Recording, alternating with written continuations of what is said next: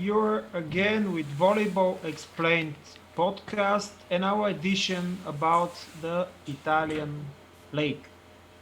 We again here, Ronnie, Nicola, and it's me, Bogdan.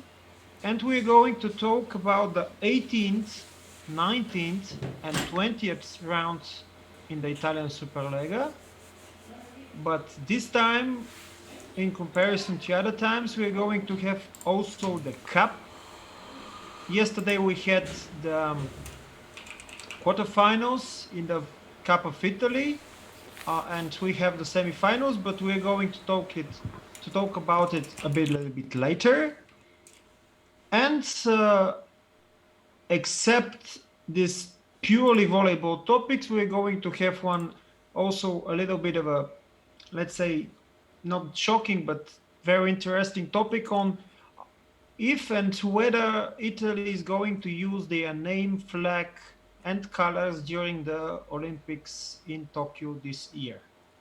Actually, it's not totally sure if there will be Olympics this year again, but yeah, that's the point. And Nicole will give some insights about this issue more later in this episode of the podcast.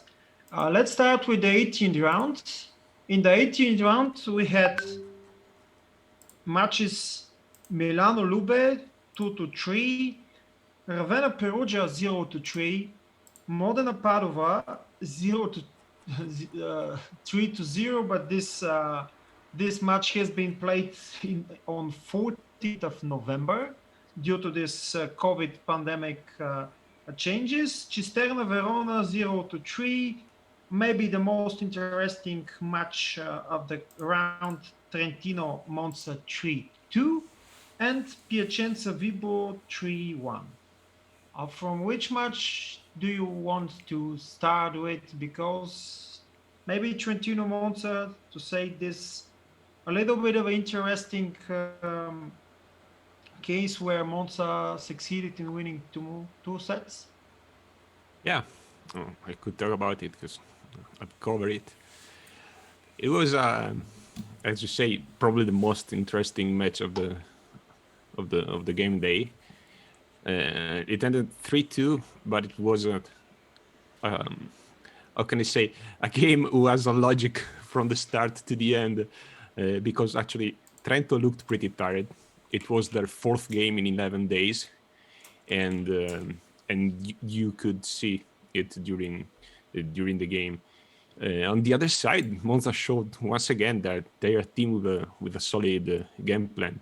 They were still without Lagumsha, and the young Davis Kiba from Belarus played as an opposite, and he played pretty well.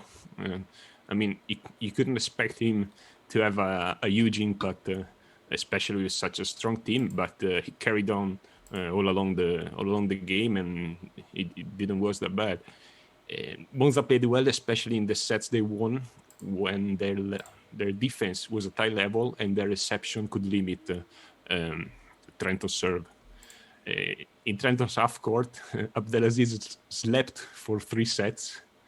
Then get back at his usual level and finish strong. So it was Lucarelli, the player who led Trento to the victory and get the MVP.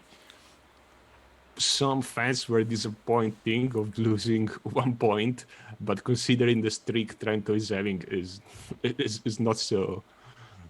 I mean, something you should be worried about, and considering how many games Trento played in a short period. So yeah, both coaches at the end of the game were pretty happy. Of course, also Monza's coaches wished they had won the game, but at the end both were pretty happy, and the points were good for both teams.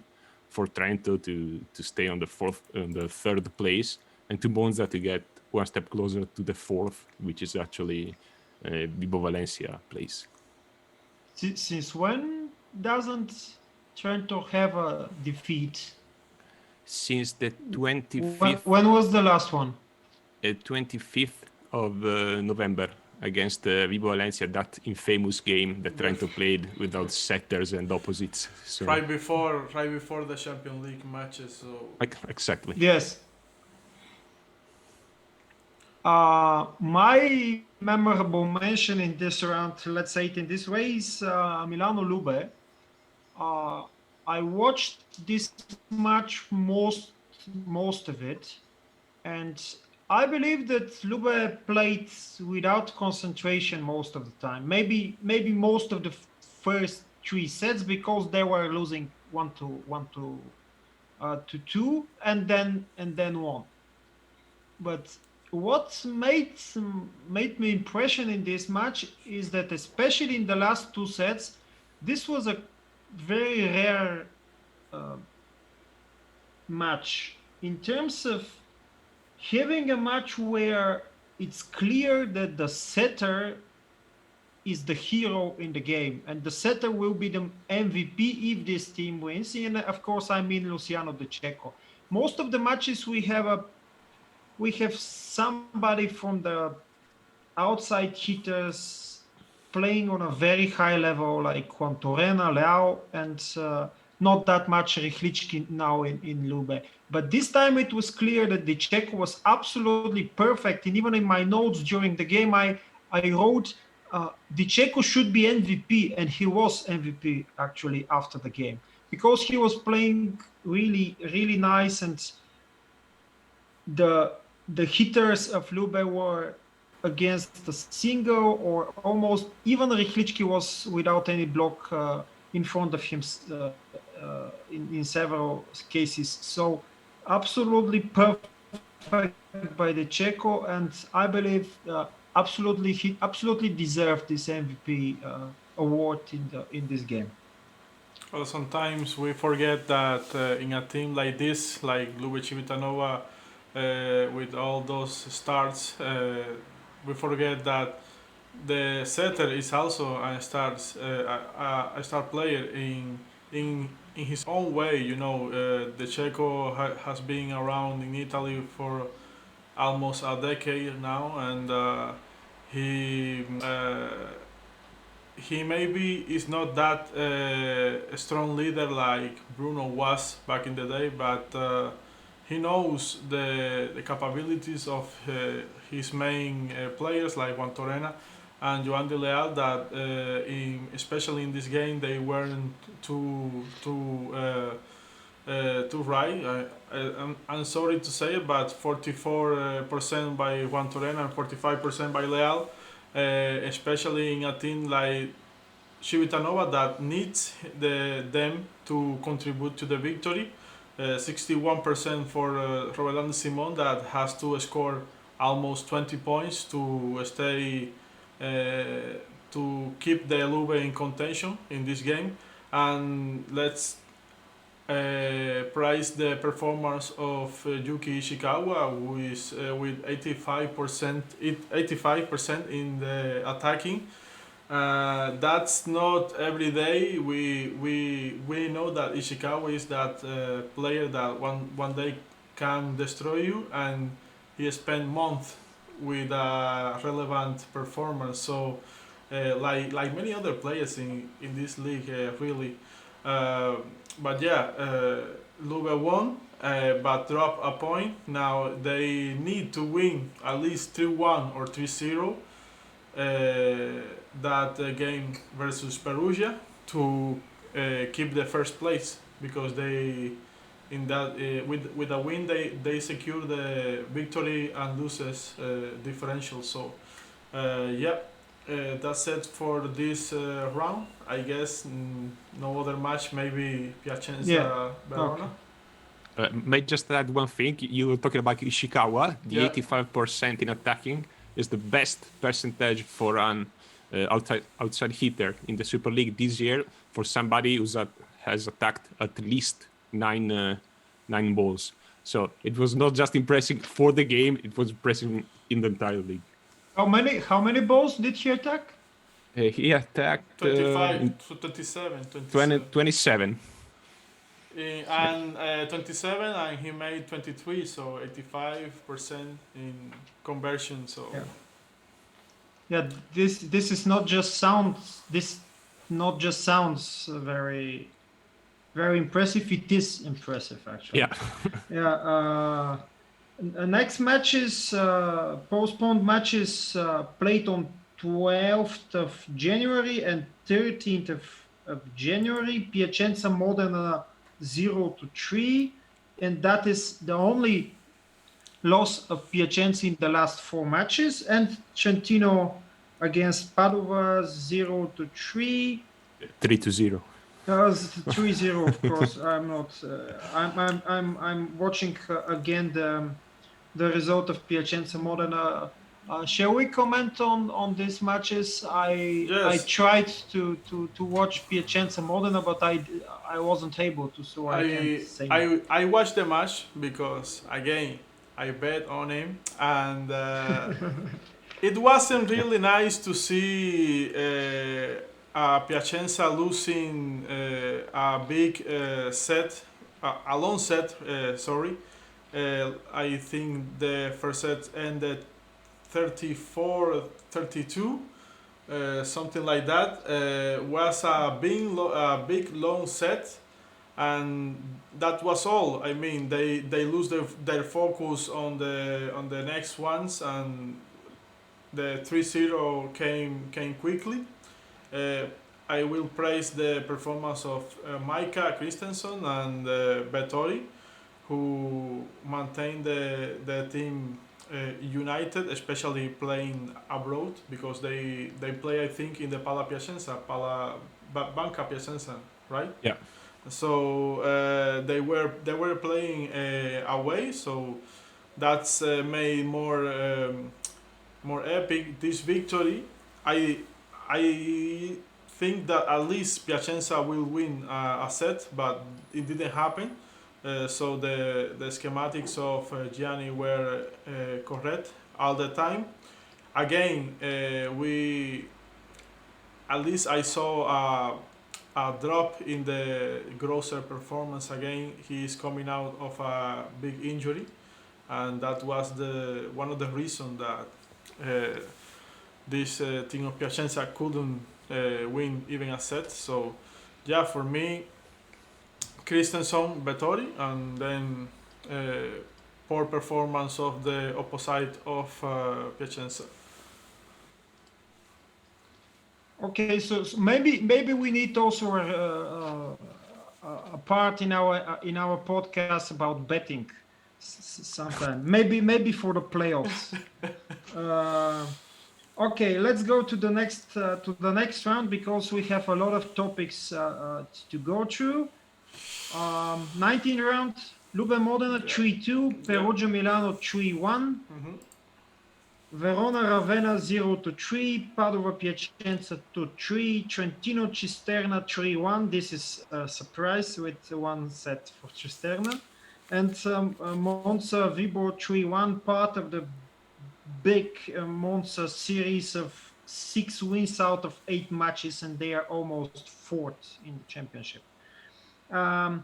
Maybe, of course, talking about LUBE Modena 3-2, because it was the most interesting match of the round, and very even match, maybe as a surprise, because now later we're going to understand that they will play again, but the semi-final for the Italian Cup. What was the reason for Modena winning 2 sets? Not that often. Not an often occasion, because they are not playing that well, and they are 8 in the 7th or 8 in the ranking. So some errors LUBE made in this match during the second and the 4th sets, and Modena was pretty much consistent, still not winning the match. And the biggest difference in this match, at least for me, it was that LUBE was playing much better in the tough situations on high balls after a bad reception, and Modena just don't have these capabilities. We have talked about it, that they have a great libero and a great setter, but they lack quality in outside hitting, let's say, in this way. So that was the reason for me for LUBE succeeding in squeezing the win, even though they didn't play well enough. Yeah, I agree. All right, I had the same vision of the game, and especially the inconsistency of the every one of the attacking trio, because Petric ended up with 41%, Lavia 31%, Vettori 44%, Karliček 45%. You cannot expect to win 3 points or 2 against LUBE if all along the game less than one attack every 2 attacks is a point for you. So basically what you say is totally correct. Well, Daniele Lavia was it wasn't a good performance by him. I think they tried to send Karliček, but even Rinaldi in the last game of the Superlega has been playing. So this will be for sure a problem to Modena, that had been a struggle all the year with the outside hitters problem. So yeah. In addition, we have to say one thing.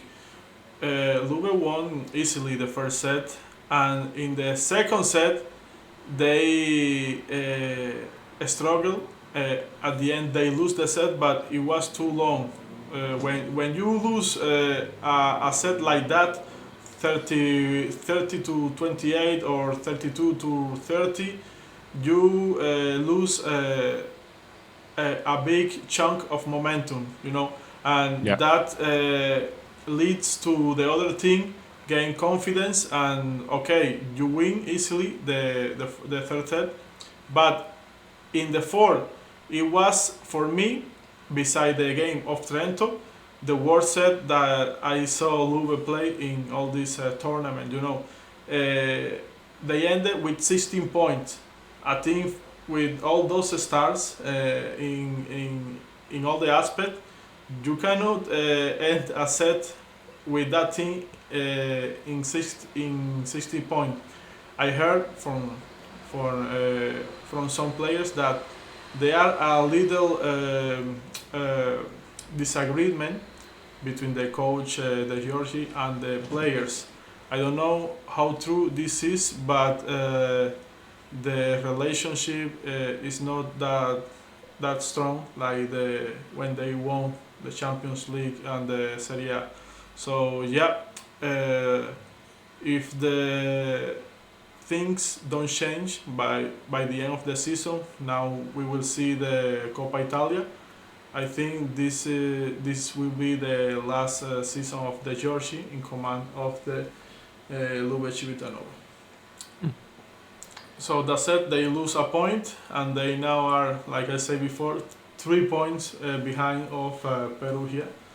And in case of they win 3-2, Perugia will take the first place in the regular season. Yeah, we should remind our listeners here that this is very important in terms of the next matches in the playoffs, because the first team will have home advantage in the final, and not only that, the first team will play the fourth in the semifinals in principle, if there are not surprises. And the second will play the third, which is most likely Trento. So it's much better to play Vibo or Monza or Piacenza in the semifinal than Trento. So that's self-explanatory. Okay, next match is postponed on 21st of January. LUBE Monza 3-1 and Milano Modena 3-2. That was a surprise, at least for me, because even though they were hosts, Milano won against Modena 3-2. And we have the 20th round. So in this round, we had Cisterna LUBE 0-3, Modena Perugia 1-3, Vibo Trentino 0-3. Maybe we expected a little bit more interesting match here. Milano Padova 3-1, Piacenza Verona 3-1, and Ravenna Monza 1-3. Unfortunately, I wasn't able to watch any of these, so I'm leaving the comments on you this time. Totally. Okay, then I will talk about what on paper was the most interesting game of the day. Vibo Valencia Trento, of course. And as you said, there were a lot of expectation because of the first game between the two teams that we already mentioned. So there was a sense of revenge for Giannelli and company moving into the team. And I personally feared that if they put too much in the game, they may lost their connection and the rhythm they were playing at. But at the end, it looked like a training session for Trentino.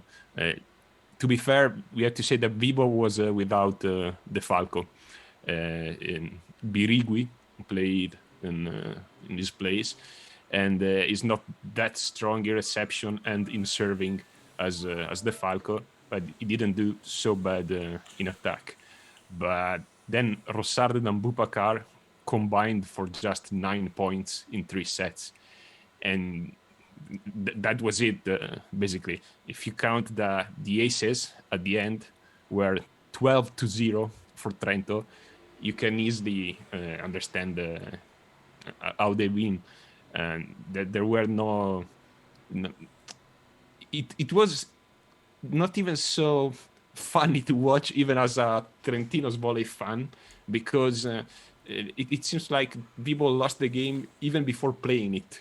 You know, I don't know if you get what I mean. They looked like there was backing down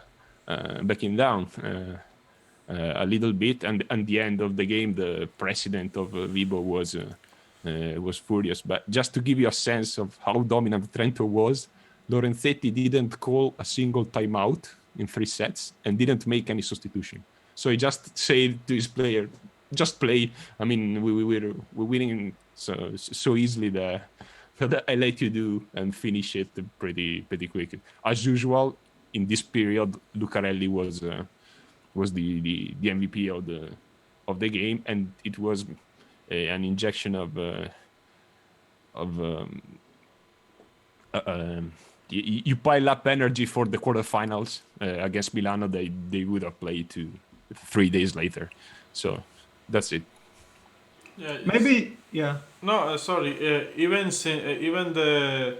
Since the Champions League first round Champions League ended, Trentino has become another team completely. Especially starting by Lucarelli. I think he has overcome the past of his father, and now he's a completely new, fresh, different player. The player that Trentino paid for, and combined with the renew Giannelli, and of course for me the MVP of the league, Abdelnimir Aziz, which is a player that I especially follow because he will likely take Netherlands to the Challenger Cup and will face Cuba, hopefully in the final. So yeah, that said, it will be interesting now with let's see what he will do with the Netherlands teams, which is a respectable one, because they have Ter Horst, Wouter Termaat, and Bargandering, and they slowly will, they are revitalizing that Netherlands team from the early 2000s or maybe 90s. It's not the same, but we will see. Yes. Yeah, let's not forget that they won against Brazil in World Championship 2018. So of course, so they're surely a decent team. I wanted to mention also maybe a little bit of an unpopular opinion, but Of course, Vibo is playing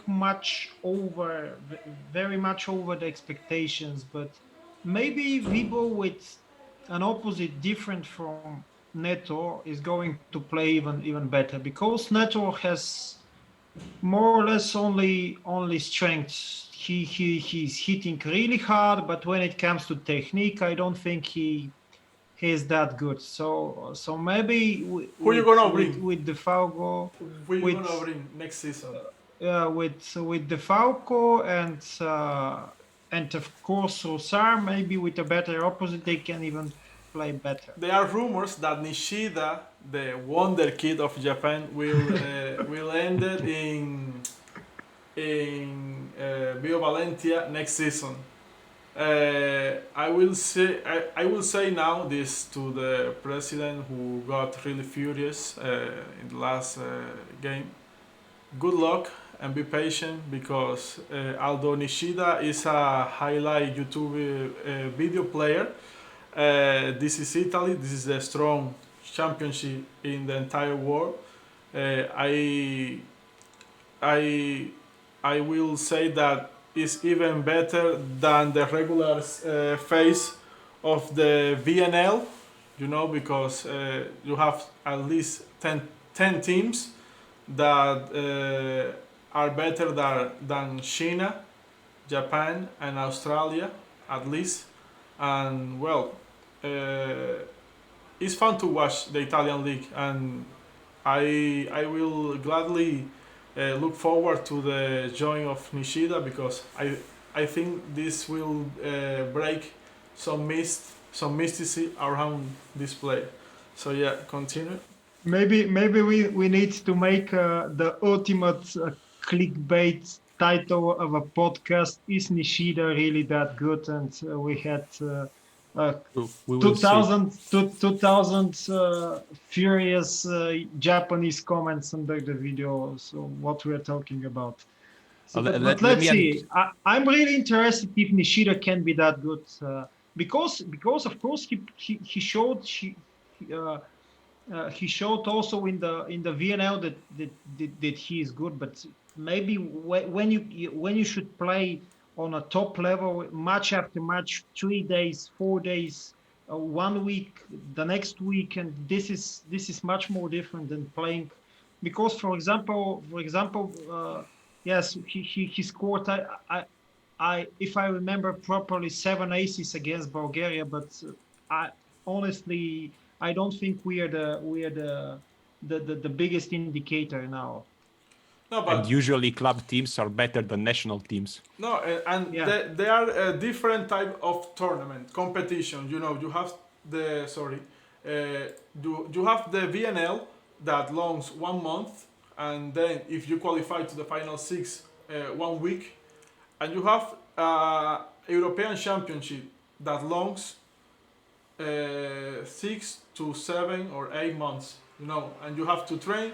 You have to have another mentality set, focus mentality. I don't know, and it's different. It's different. I mean, don't go forward. Don't go too far. Let's say Giva, for example. This is a debatable a debate for days or month.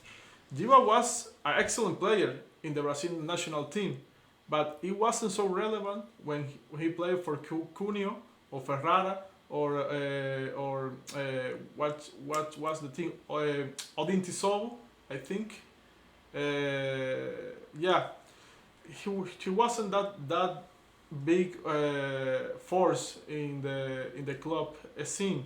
So yeah, we also remember Giva, the Olympic champion, the world champion.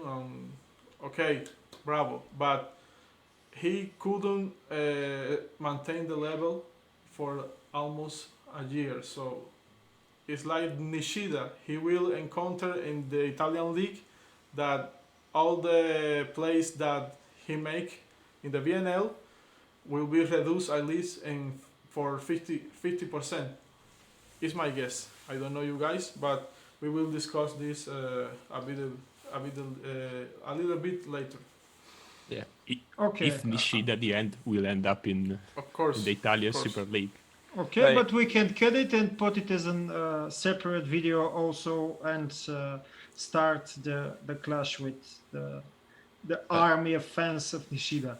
I just want to add one last thing about the game between Vibo and Trento. That was the 12th consecutive victory for Trento in the championship, which means that during that streak, Trento has beaten every other team in the league, at least once, and Modena twice, because of the game was postponed. So they showed they could do it. Let's see. Let's see. The ranking after 12th, what I'm talking about, to 20th rounds, but not 20 matches for everyone. Perugia is leading with 52 points, LUBE 49, as Ronnie said, Trentino 44, Vibo 34, Monza 33, but with a much less. Piacenza 32, Modena 28, Milano 26, much less, Verona 22, much less, Ravenna 16, much less, Padova 13, and Cisterna on the last place, but not relegating due to the rules, with 5 points. We can see here that the only that is not the only two teams that will not change even if they play the 20 match is Verona and Ravenna. Verona is separated 4 points of Milano, and Ravenna is separated 6 points from Verona. But the other teams, if they win their respectively matches, they could swap positions. I mean, Valentia and Monza are separated by only 1 point, and Monza have to play Verona. of course, Verona, and it's. I could say that Verona will be hard for them to win one of the two matches left, so they can easily lose versus Monza. And the other question is that Milano, if they win his match for 3-0, 3-1, they could pass Modena, who for the first time in, I don't know, 20 years or 30 will end in a place above the 8th or maybe 8th place. I will be 8th. Yeah, There will be 8. that not happen so much, but it is what it is. Hopefully the next year, if the rumors are true, they can build a team respectable by anyone in this league. Yeah, the fight for the 4th, 5th place will be the most interesting, considering that Piacenza and Monza has to play each other, if I'm not wrong, and Vibo has to play Cisterna, and there are 3 points for sure, and then they have to play LUBE. I mean, And LUBE need to win to keep the hopes for the first place alive. They need to win at least 3-1 to keep the first place, because with 3-2 it's useless. Perugia will win the regular season by 1 point. So No, yeah, I was talking about the game between Vibo and LUBE. Okay. If LUBE has to score 3 points to get all the 3 points to be in the first place, or at least to still have a chance to do that. So the last two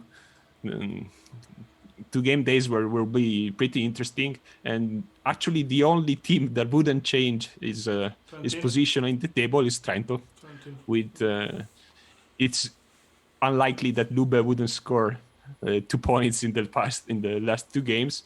So even if they get even by the end of the regular season, LUBE has won more games than Trentino. So it will be anyway on a higher position. Okay, let's go to the Cup. And the quarterfinals played yesterday with the semifinals and the final on Saturday and Sunday. LUBE Padova 3-0 in a very one-way match due to obvious reasons. Modena Monza 3-0 again. Trento Milano 3-0, and Perugia Ravenna, the only match not finishing in 3 but in 4 sets. Perugia Ravenna 3-1, in maybe the most interesting match of the quarterfinals, with LUBE playing Modena in the semifinals and Perugia playing Trento. What are your comments on these matches? Because from what I saw, Perugia Ravenna was really interesting, and Ravenna playing very consistently during the whole match, but maybe they were lacking one better outside hitter, let's say, next to Francesco Recine and Giulio Pinali, helping to win. Of course, very hard to do it against Leon, Plotnitsky, and the other guys. I will say that Trentino, Lube, and even Modena, if I will put a note or grade, it will be A+. They did exactly what they needed to do to win all those 3 games. Now let's see Perugia. Even when they won 3-1, they played horribly. You know, again, the team relies too much in one player, like this Wilfredo Leon with 6 aces, and against a team that they play very well when it's the let's say when it's not a game in the league, it's a semi-final or quarterfinal. This team of Ravenna, especially Francesco Recine, the son of the GM of Perugia, he was yesterday like trying to prove something, you know, like even when I have 189 meters, I can be better sometimes than the Plotinsky player, you know, the Ukrainian player, and he did what he needed to do, but for sadly, you have in the other side of the court a player that comes by the name of Leon, and he destroyed that thing in the from the service line. I mean, when Ravenna tried to fight the inevitable, comes Leon and end all the hope of that team that play very very very well. At the end of the game, Atanasevich said what you just said. Recine, the son of Stefano Recine, the GM. Francesco Recine is the son of Stefano Recine, the GM of Perugia. It looked really like when he plays against his father, he wants to show how good he is. And for the next season, rumors said Recine in Piacenza, and it was another big step and to see how the player would react. I watched the game between Trento and Milano, and it was an even game only to the 21-20 in the first set. And Milano was without Piano and the starting libero Pesaresi, so they had really few chances to do something that could put Trento in danger. And when Patry was out during that period, his injury, Milano brought in Urnaut. So right now they have 3 good outside hitters, Ishikawa, Mar, and Urnaut. And yesterday, Piazza used the 3 of them. They tried to rotate them, but none of them, but Yuki, played a very good game. On the other end, Trento was spectacular in attack for the entire game. They ended up with 66%. In the second set, they ended up with 80% of team, and both Abdelaziz and Lucarelli over 65%, Micheletto 78%, Lisina 87%. So when Trento is playing like that, and you have a backup libero that can't give you a solid reception, the game is over. And in the last 2 sets, maybe the final results, because both ended 25-21, were a little bit deceiving. Trento went up in the first set by 9 points, then relax a little bit. But Milano wasn't even close to even dispute those 2 sets to Trento. Predictions about the semifinals? About the trophy, I think that LUBE is the favorite of that Final Four, because they played the first semifinal on Saturday, so they will have more time to rest. And when you play the 2 games in 2 days, every hours matters. And they have, I won't say an easier path, because Modena has shown that they could put up a fight against LUBE, but probably they won't put the same effort. They won't need the same effort that Trento and Perugia will put in the other semi-final to try to reach the final. That's the only way why I consider LUBE favorites, because on the other end, I think everyone but Modena could probably win the cup. So you are saying that because LUBE will have an easy pass to the final, they will more rested than the other part, the counterpart. Is that right? Something like that, both mentally and physically. Well, and even if LUBE is the oldest team in the group, it's also the one who's more used to play those kind of finals. That's just my opinion. I mean, I will tell you what Khabib Nurmagomedov says to McGregor when he lose the past week. When you sparring with kids, and then comes the big man, you will likely lose. So for me, it doesn't matter that LUBE got an easy path to the final. If Trentino, that for me is the favorite to reach the final, on the other side, comes with the same level that they play, Perugia, let's say, they will easily beat LUBE Civitanova, because we know, and now you guys know, the internal problems that have been occurring in the LUBE locker room, and that combined with the good momentum that Trentino have, I think in the other semifinals, Trentino will beat Perugia 3-1 or 3-0. I mean, with the level that has been displaying Abdel and Gianelli, and especially Lucarelli, all those 3 players versus Lyon, they have no chance. For me, they have little chance to qualify to the final.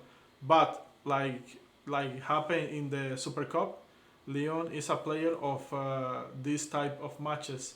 If he comes and score like 13 points and let's say 5 aces, they will have a chance. He will have a chance to win the game for Perugia. Yeah, because it's unfair to say that all the credit is for Lyon, but it is what it is. Perugia rely too much in one player, and if this player don't performance at his level, they will lose probably. So yeah, for me, Trentino will beat Perugia, and again, LUBE of course will reach the final. And in the final, if LUBE don't win the first set, the game I will give to Trentino. That's it.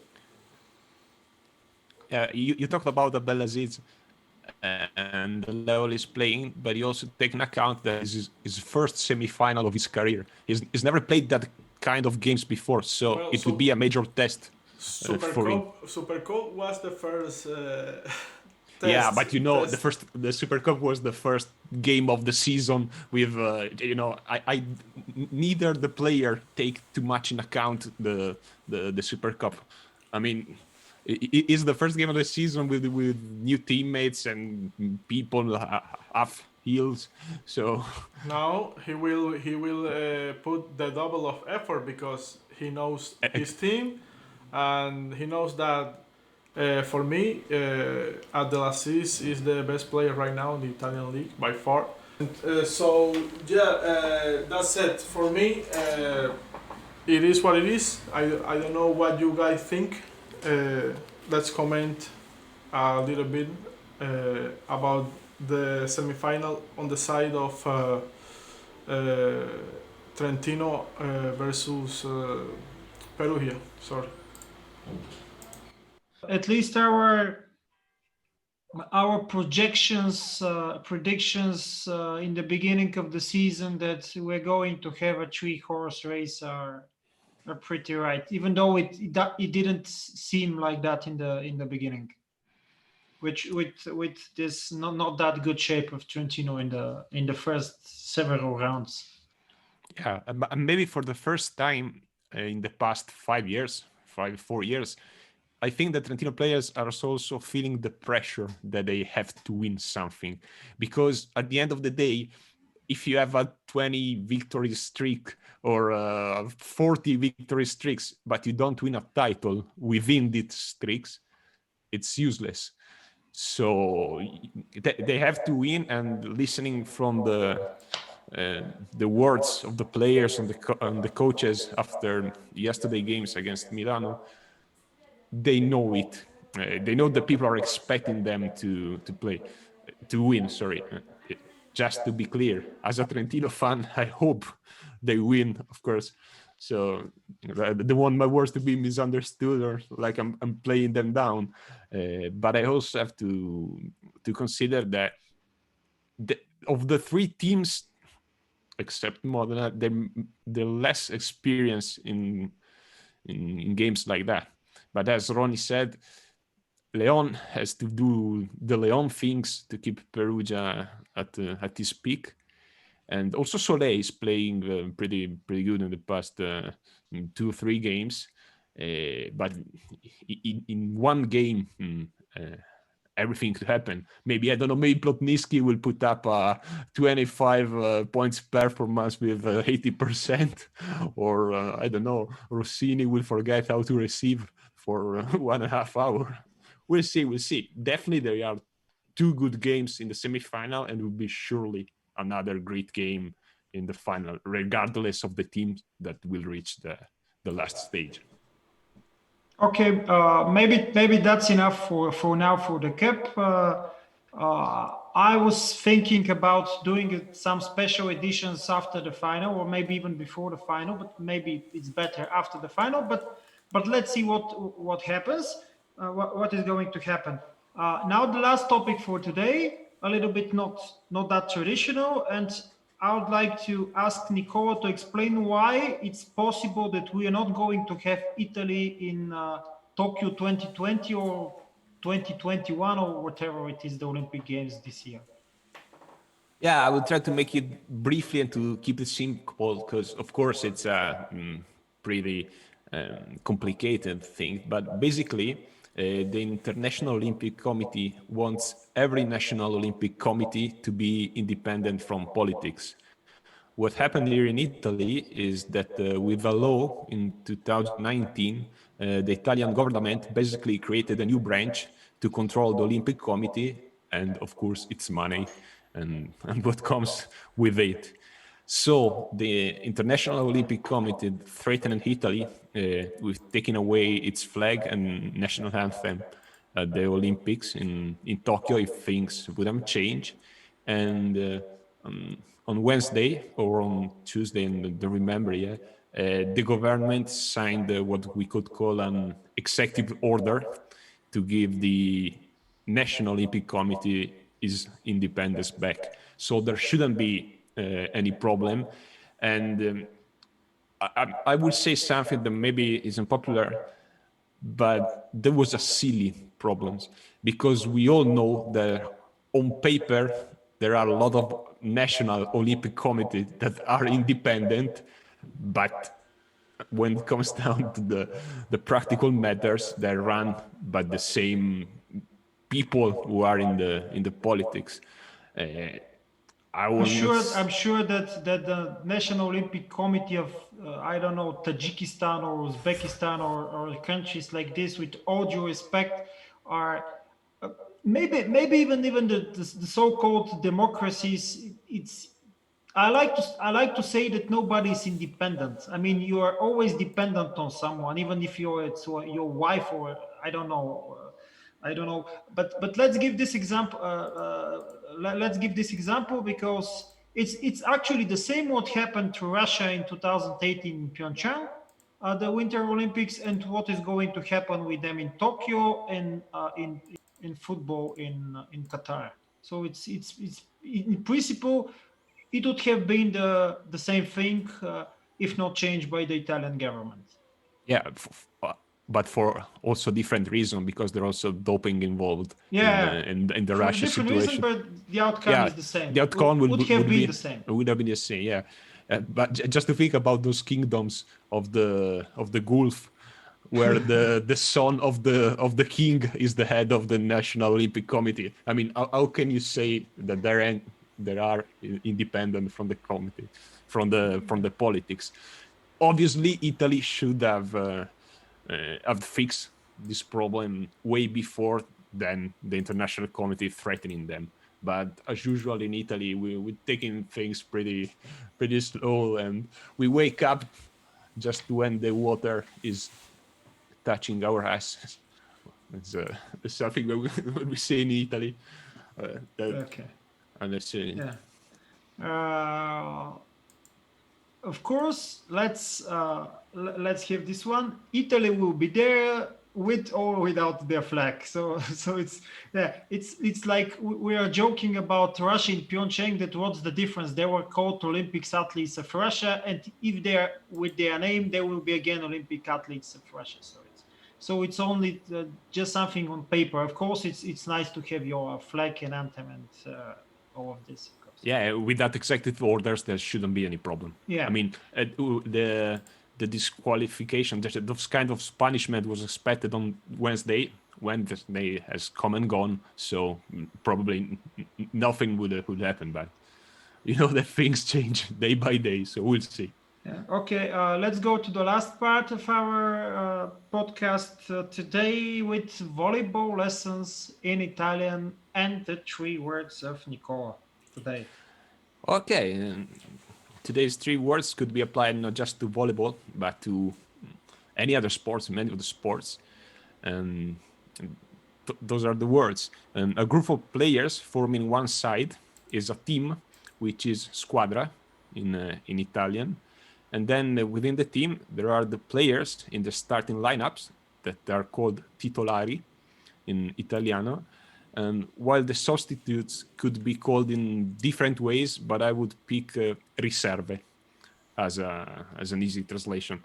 Or it could be the literally one, sostituti, but I will stick with the riserve for today's words. Thank you again, and thank you for all our comments. Let's not forget to watch us and follow us wherever you can in Facebook, in the case of Volleyball Explained and Cuban Spike, in Twitter also, but also in Facebook for Pillole di Volley, the page of Nicola. If you like the content of Volleyball Explained, you can also support us in Patreon. And that's all for today. Let's hope that we are going to have very interesting and even semifinals, and then the final on Sunday for the Italian Cup. Thank you again for watching and listening. I will be very happy if you listen to us in Spotify, for example, any other of the podcast platforms, and I hope that you're going to do it also the next time. Bye. Bye.